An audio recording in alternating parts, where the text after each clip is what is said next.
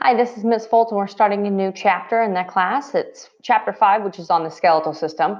So we want to just kind of do a quick introduction to the skeletal system. So one of the things that we always want to look at when we're looking at a new system is what are the structures and what are the functions. So for chapter 5, we need to know that two of the major functions of the skeletal system are support and protection.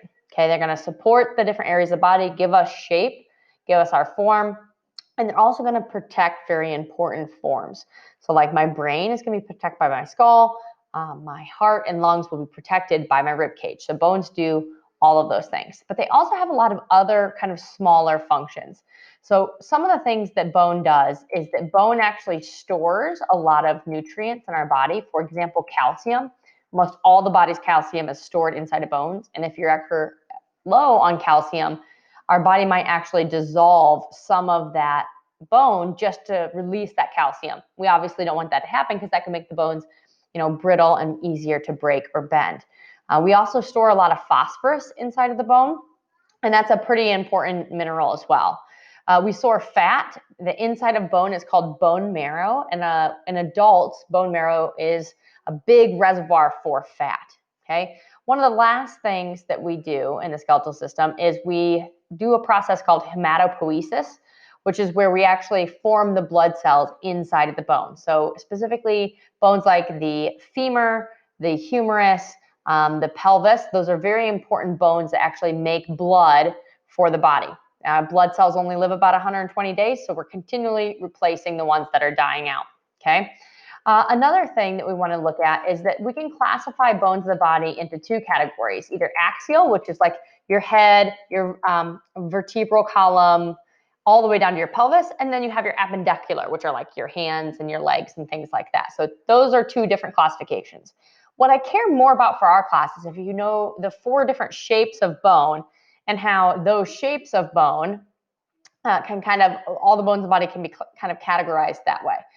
So you'll see here we have long bones, which are like the femur, the ulna, basically bones of your arms, legs, including your phalanges. These are considered long bones as well.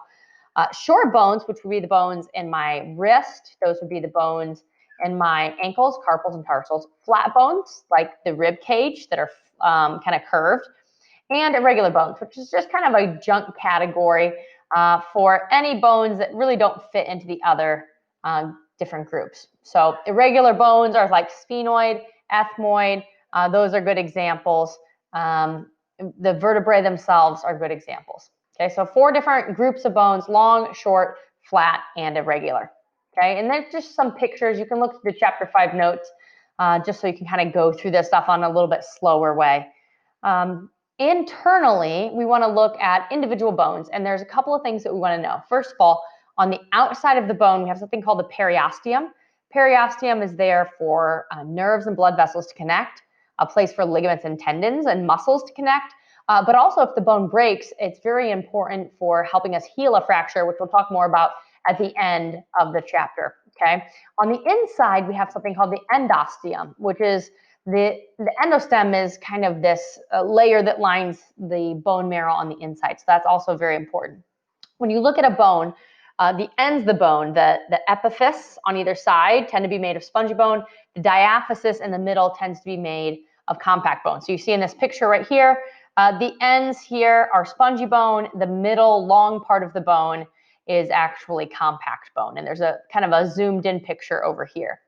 The last thing that we want to talk about in this kind of beginning introduction to the skeletal system is what the inside of bone looks like. So that compact bone, if we were to go in, you would see these little things called osteons. And an osteon is basically sheets of lamella, or lamellae, plural, that go around, and in between each one, there's a kind of a lighter canal called the cunae, where we transport nutrients, and little osteocytes live inside of there. And we have these little hairline fractures where little side streets called caniculi allow nutrients to go from one lamella to the next. So kind of make sure we look at this part in our book and we study these